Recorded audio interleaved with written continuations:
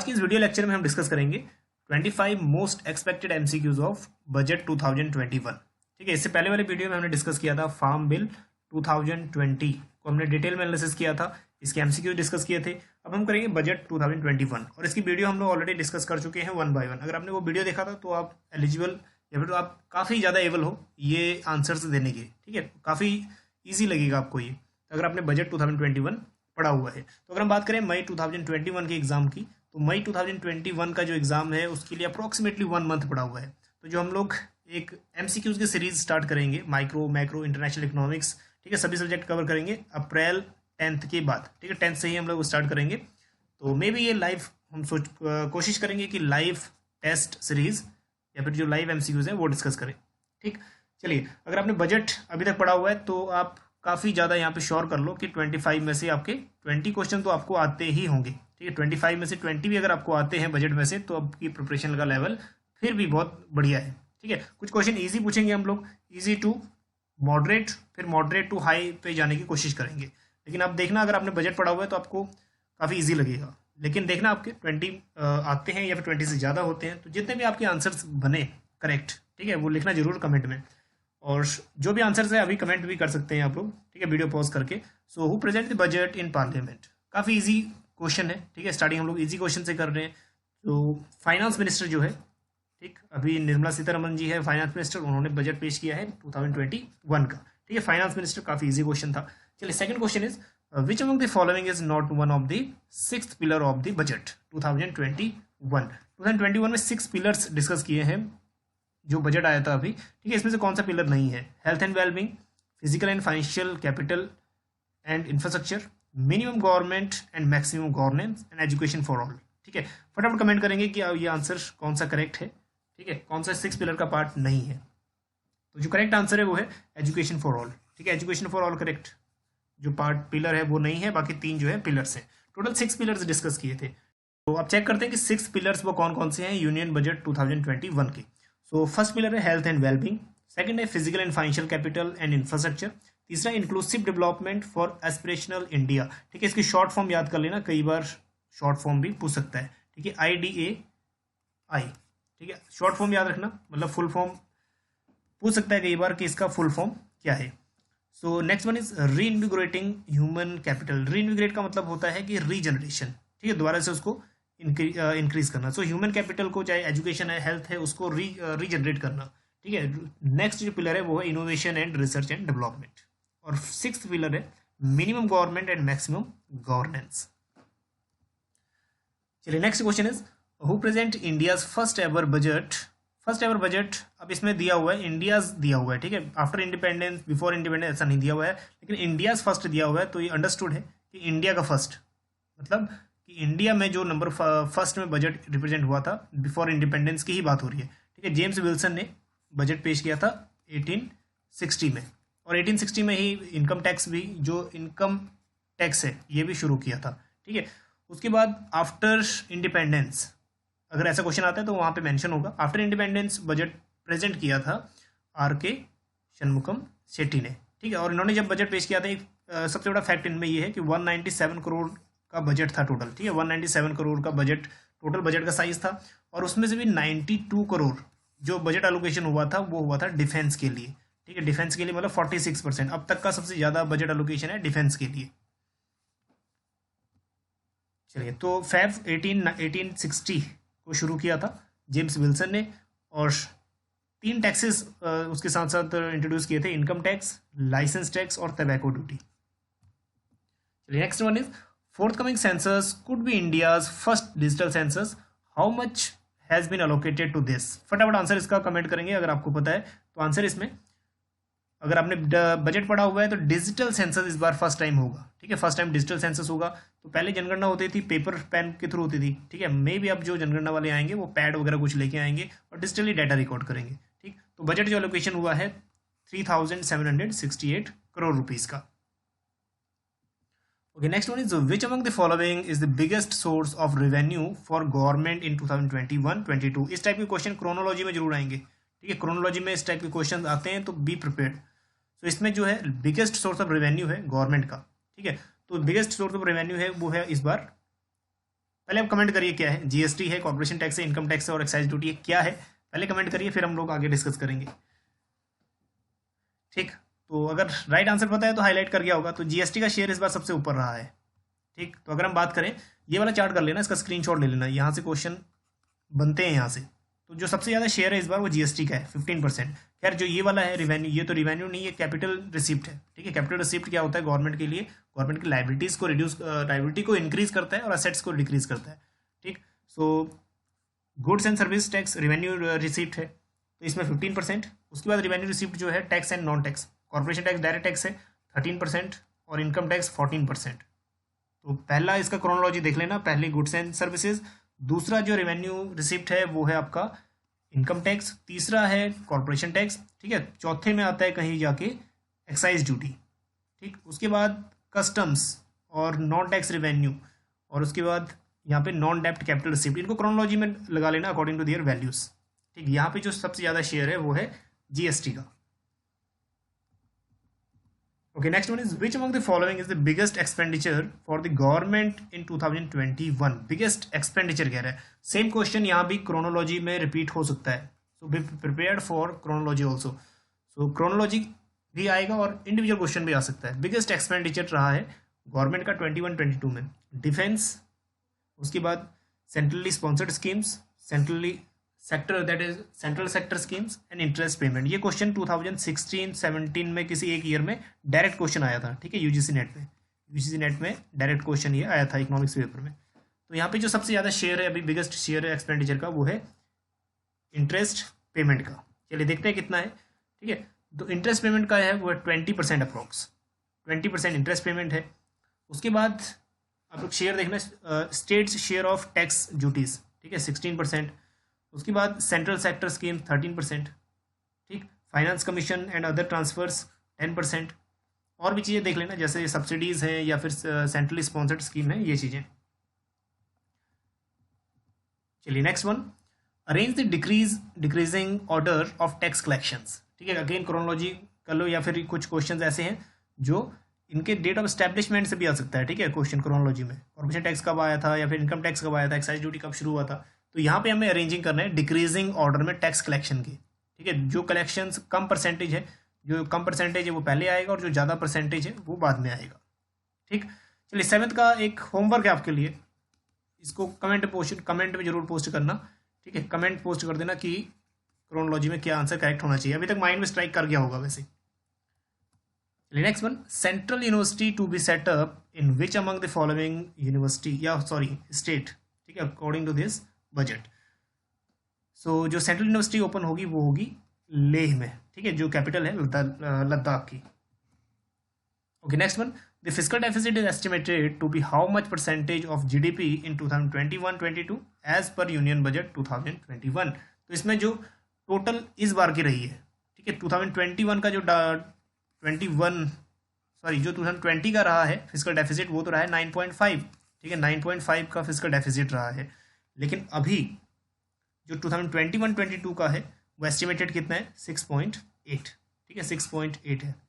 और इसके लिए गवर्नमेंट क्या करेगा, नेक्स्ट फिस्कल ईयर में भी अप्रॉक्सीमेटली 12 लाख करोड़ रुपीस की बोरोइंग करेगा। क्योंकि अल्टीमेटली क्या होता है, जितना फिस्कल डेफिसिट होगा उतना ही गवर्नमेंट बोरोइंग करेगा। ठीक है, ये क्वेश्चंस कई बार इंटरव्यू वगैरह में पूछे जाते हैं, how fiscal deficit equal to borrowings. ठीक है, जितना घाटा होगा उतना ही वो बोरोइंग से पूरा करेगा ताकि इकोनॉमी क्या रहे, स्टेबल रहे।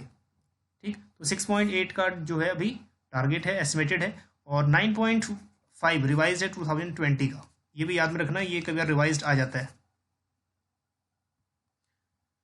ठीक, और फिस्कल ईयर 22 के लिए ग्रॉस मार्केट बोरोइंग टारगेट है 12 lakh crore rupees. Next one, finance minister has announced to protect home from double taxation. ठीक है, डबल टैक्सेशन से किसको सेव किया है फाइनेंस मिनिस्टर ने, फटाफट इसको कमेंट करेंगे। ठीक है, डबल टैक्सेशन से जो सेफ गार्ड किया है वो किया है एनआरआईज को। ठीक, एनआरआईज का मतलब क्या है, जितने भी नॉन रेजिडेंट्स इंडियन हैं वो जो भी इंडिया में अर्निंग करेंगे, ठीक है, जब इंडिया में वो अर्निंग करेंगे, इंडिया की अर्निंग पे गवर्नमेंट टैक्स इंपोज करेगी। ठीक है, टैक्स इंपोज करेगी, लेकिन जितना भी वो वर्ल्ड से कमाएंगे, जितना भी वो अर्निंग करेंगे वर्ल्ड से, तो उस पर गवर्नमेंट ऑफ इंडिया टैक्स नहीं लगा सकती। ठीक है, और अगर कोई रेजिडेंट्स है, तो अगर रेजिडेंट्स है कोई, तो रेजिडेंट्स इंडिया में भी टैक्स देगा प्लस जो भी वर्ल्ड में कमाएगा वो उसका भी टैक्स देगा।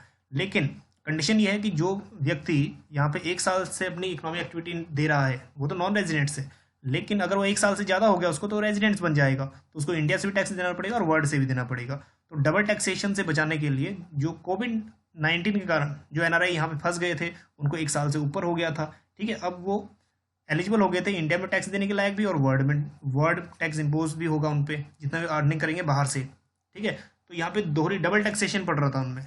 यहाँ पे गवर्नमेंट ऑफ इंडिया ने थोड़ा रिलैक्सेशन दिया, जो भी कोविड-19 के कारण यहाँ फंस गया था 1 साल से ऊपर हो गया था उनको दैट इज 31 मार्च, ठीक है, 31 मार्च तक 2021 तक, ठीक है, रिलैक्सेशन थी कि उनको टैक्स वगैरह कोई इम्पोज नहीं होगा, सिर्फ जितना वो इंडिया में अर्निंग किया उसी पे टैक्स इम्पोज होगा, बाहर वर्ल्ड से जितनी भी अर्निंग की है उस पर टैक्स इम्पोज नहीं होगा, ठीक है। तो एनआरआई का डबल टैक्सेशन ये क्राइटेरिया है। Next one, Nirmala Sitharaman announced an allocation of 300 crore to which of the state for celebrating the 60th anniversary of the liberation, ठीक है। तो लिबरेशन के लिए आज़ादी के लिए 60th एनिवर्सरी जो है वो है गोवा की, ठीक है। गोवा का जो लिबरेशन डे है वो सेलिब्रेट होता है यहाँ पे दिसंबर में, ठीक है। सो 1961 में जो पुर्तगीज रूल्स चल रहे थे उनको ख़त्म हो गए थे वो रूल्स, और आफ्टर 450 ईयर्स ख़त्म हुए थे, ठीक है। तो उनके लिए एक हो सकता है कि आज़ादी के तौर पे मनाते हैं वहाँ पे गोवा लिबरेशन डे, ठीक, 19 दिसंबर को ऑब्जर्व होता है। और इसमें एक ऑपरेशन भी चला था, दैट इज़ ऑपरेशन विजय, ठीक है, जिसके कारण जो पुर्तगीज़ थे कुछ सोल्जर्स भी वहाँ पे मारे गए थे, कुछ जो पुर्तगीज़ थे वो भी मारे गए थे, ठीक है। पुर्तगीज़ रूल्स वहाँ पे चलते थे लेकिन 1961 में वो ख़त्म हो गए थे, तो उसके लिबरेशन के लिए अभी बजट अलोकेट हुआ है 300 crore. Okay, next one. FM announced 1000 crores for the tea workers of which state? ठीक है, तो state Assam and West Bengal के वर्कर्स के लिए, टी वर्कर्स के लिए 1000 करोड़ का बजट एलोकेशन है। Next one, how much custom duty on cotton and auto parts increased respectively? ये बजट में आपने देखा होगा हाईलाइटेड पॉइंट था, ठीक है। कॉटन पे और ऑटो पार्ट्स पे जो कस्टम था, कस्टम ड्यूटी वो बढ़ाई थी गवर्नमेंट ने, ठीक है। तो 10% बढ़ाई थी कॉटन पे और 15% इंक्रीज किया था ऑटो पार्ट्स पे। Okay, according to union budget 2021 gross borrowing from market for the next year would be around, ठीक है। नेक्स्ट ईयर जो 2021-22 के लिए कितनी मार्केट बोरोइंग करनी पड़ेगी? 12 लाख करोड़, और क्या है 6.8 फिजिकल डेफिसिट रहने का एक एस्टिमेटेड है। चलिए next one, in which state a multipurpose seaweed park will be established? तो सीवीड पार्क जो स्टैब्लिश होगा वो प्रोविजन है कि तमिलनाडु में वो सेटअप होगा। Next one, the union budget 2021-22 increases the agriculture credit target to what amount for fiscal year 2022? ठीक है, एग्रीकल्चर टारगेट 2022 के लिए कितना अमाउंट जो है वो इंक्रीज होगा, तो कितना अमाउंट है? टोटल अमाउंट है, दैट मीन्स 16.5 लाख करोड़। चलिए 17 क्वेश्चन है, consider the following statement regarding education in budget 2021-22। तो इसमें 100 new schools to be set up, ठीक है, बिल्कुल सही स्टेटमेंट है कि 100 न्यू स्कूल्स सेटअप होंगे, ठीक है, सैनिक स्कूल वगैरह, ठीक है। 750 Eklavya schools to be set up in tribal areas, ठीक है, आदिवासी के लिए, ट्राइबल एरियाज के लिए एकलव्य स्कूल्स हैं, रेजिडेंशियल स्कूल्स, ठीक है, वो भी ओपन होगी, ये भी प्रोविजन है। A central university to come up in Jammu, ठीक है, जम्मू में सेंट्रल यूनिवर्सिटी नहीं है, वो लद्दाख में है, ठीक है, लेह में, तो इसलिए फर्स्ट एंड सेकंड ही करेक्ट है, that means B. Okay, next one is in budget 2021 what will be the shape of gross domestic product growth recovery? तो इस बार जो एक हाईलाइटेड पॉइंट ये भी रहा था कि ग्रोथ रिकवरी कैसे होगी, यू शेप होगी, एस शेप होगी, वी शेप होगी और आई शेप होगी, कैसी होगी, ठीक है। तो इस बार जो टारगेट था वो था वी शेप रिकवरी, ठीक है। इकोनॉमी ऐसे डाउन गई, वहाँ से इकोनॉमी को थोड़ा स्टेबल नहीं रहना, बस वहीं से ही इंक्रीज होना शुरू कर देना है, ठीक है, वहीं से रिकवरी, तो वी शेप रिकवरी, ठीक। तो जो इकोनॉमिक एडवाइजर है अपने कृष्णमूर्ति सुब्रमण्यम, तो उन्होंने बोला था जीडीपी 2019 में 4.2 से ग्रो की थी, 20 में -7.7 चले गई थी, अब जीडीपी जो नेक्स्ट ईयर की रहेगी वो 11% की रहेगी, ठीक। तो वी शेप रिकवरी है। So the budget 2021 increase the FDI limit 74%। In the insurance sector what was the previous FDI limit? तो इंश्योरेंस सेक्टर में अब 74% एफडीआई हो गया, थोड़ा सा ये पॉइंट इंपॉर्टेंट भी है, ठीक है। पहले कितना था? कमेंट करेंगे फटाफट। तो पहले था 49%। चलिए next one, how many mega investment textile parks will be established over 3 years. ठीक है, 3 ईयर्स में कितने कितने का प्रोविजन है मेगा इन्वेस्टमेंट टेक्सटाइल पार्क्स। ठीक है, बजट पढ़ा है तो आपको बिल्कुल क्लियर होगा, 7 parks. Next one, finance minister has announced which energy missions to be launched in 2021-22। ठीक है, उज्ज्वला स्कीम्स को थोड़ा प्रमोट करने के लिए अप्रोक्सीमेटली 1 करोड़ कंज्यूमर्स और ज़्यादा जोड़ने हैं इन्होंने। ठीक है, उज्ज्वला स्कीम्स में तो कौन सा मिशन है, that means hydrogen energy missions, nitrogen energy missions, oxygen energy missions and methane energy missions. ठीक, तो इसमें जो है हाइड्रोजन एनर्जी मिशंस है वो उसको लॉन्च करना है इन्होंने नेक्स्ट। ठीक है, नेक्स्ट फिजिकल ईयर में, मतलब इसी फिजिकल ईयर में 2021-22 में। Next one, finance minister Nirmala Sitharaman propose to set up ARC, it is meant for. ठीक है, ARC सेटअप किया था, और ARC का मतलब क्या है, असेट्स रिकंस्ट्रक्शन कंपनी। और ये स्पेशली किसके लिए होता है, ये मैनेजमेंट के लिए होता है, जितना भी आपका नॉन परफॉर्मिंग असेट्स हैं। ठीक है, लॉन्स वगैरह लेके लोग भाग जाते हैं, ठीक है, कंट्री छोड़ के भाग जाते हैं, तो उसमें क्या है, ये मैनेजमेंट के लिए उसकी नॉन परफॉर्मिंग असेट्स, जितनी भी नॉन परफॉर्मिंग असेट्स हैं, ठीक है, उसके लिए एक मैनेजमेंट, उसकी मैनेजमेंट के लिए ARC, ठीक है, असेट रिकंस्ट्रक्शन कंपनी सेटअप किया है। ठीक है, तो ये है बैड लॉन्स मैनेजमेंट के लिए। Okay, next one 23, which policy is not related to health in the budget 2021-22। ठीक है, फटाफट इसका आंसर जो है वो कमेंट करेंगे कि कौन सा हेल्थ से रिलेटेड नहीं है। पोषण तो ये नाम से ही लगता है, पोषण 2.0 दैट मीन्स हेल्थ से रिलेटेड है। स्वच्छ भारत मिशन ये भी हेल्थ से रिलेटेड है 2.0। जल जीवन मिशन, ठीक है, ये भी जुड़ा हुआ है स्वास्थ्य से, मतलब हेल्थ से। स्वामित्व स्कीम जो है ये जुड़ा हुआ है एग्रीकल्चर से, और स्पेशली हमने किया भी था स्कीम्स में। स्वामित्व स्कीम्स जो है वो विलेजेस में जितनी भी लैंड है उस प्रॉपर्टी की ऑनरशिप राइट्स का रिकॉर्ड रखता है। ठीक है, उसके लिए स्वामित्व स्कीम्स गवर्नमेंट ऑफ इंडिया ने लॉन्च की थी। चलिए, तो करेक्ट आंसर जो इसमें है वो है स्वामित्व हेल्थ मिशन में, मतलब जो हेल्थ में नहीं आता। चलिए next one, how many people was benefited by government policy through Ujjwala योजना। ठीक है, उज्ज्वला योजना 2016 का जो उज्ज्वला योजना है थोड़ा सा इंपॉर्टेंट बन जाता है। ठीक है, ये इसमें से क्वेश्चंस हर बार किसी न किसी वे में आते ही हैं। ठीक है, तो इस बार गवर्नमेंट ने ये बोला है कि अप्रॉक्सीमेटली 8 करोड़ पीपल्स, ठीक है, गैस सिलेंडर के डिस्ट्रीब्यूशन में उनको फायदा होगा 8 करोड़ को। चलिए, how much budget is finalised in schemes of प्रधानमंत्री गरीब कल्याण योजना इन बजट 2021। तो यहाँ पे गरीब, जो प्रधानमंत्री गरीब कल्याण योजना है, ठीक है, तो उसके पहले एक 20 लाख करोड़ रुपीस का प्रोविजन दिया था आत्मनिर्भर भारत में। ठीक है, उसी का एक पार्ट है। तो इसमें प्रधानमंत्री गरीब कल्याण योजना में फटाफट एक बार कमेंट करेंगे कि कितना लोकेशन है प्रधानमंत्री गरीब कल्याण योजना में। ठीक, तो जो करेक्ट आंसर है वो है 2.76 लाख करोड़। चलिए अब बात करते हैं होमवर्क की। तो 2 क्वेश्चन है होमवर्क के लिए। Number 1, arrange the increasing order of expenditure. एक होमवर्क का क्वेश्चन था, क्वेश्चन नंबर 7। ठीक है, वो भी अरेंज करना था। तो इसमें इंक्रीजिंग ऑर्डर में अरेंज करना है। Interest payment, central sector schemes, centrally sponsored schemes and subsidy, increasing order में।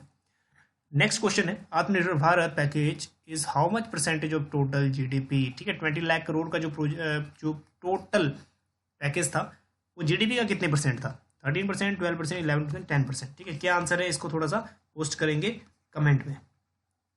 ठीक, चलिए अब नेक्स्ट वीडियो में हम लोग डिस्कस करेंगे most expected MCQs of micro economics, उसके बाद मैक्रो इकोनॉमिक्स, उसके बाद हम बात करेंगे growth and development, international economics, public finance, statistics, econometrics. ठीक है, ये चीज़ हम डिस्कस करेंगे, इंडियन इकोनॉमी, सभी चीज़ें डिस्कस करेंगे 1 by 1। चलिए मिलते हैं आपको नेक्स्ट वीडियो में किसी एक नेक्स्ट टॉपिक के साथ। ठीक है, मोस्ट अवेटेड टॉपिक जो है वही है MCQs। ठीक है, उसी में हम लोग आगे मिलते हैं आपको। चलिए बने रहिए चाणक्य ग्रुप ऑफ इकोनॉमिक्स के साथ। Thank you.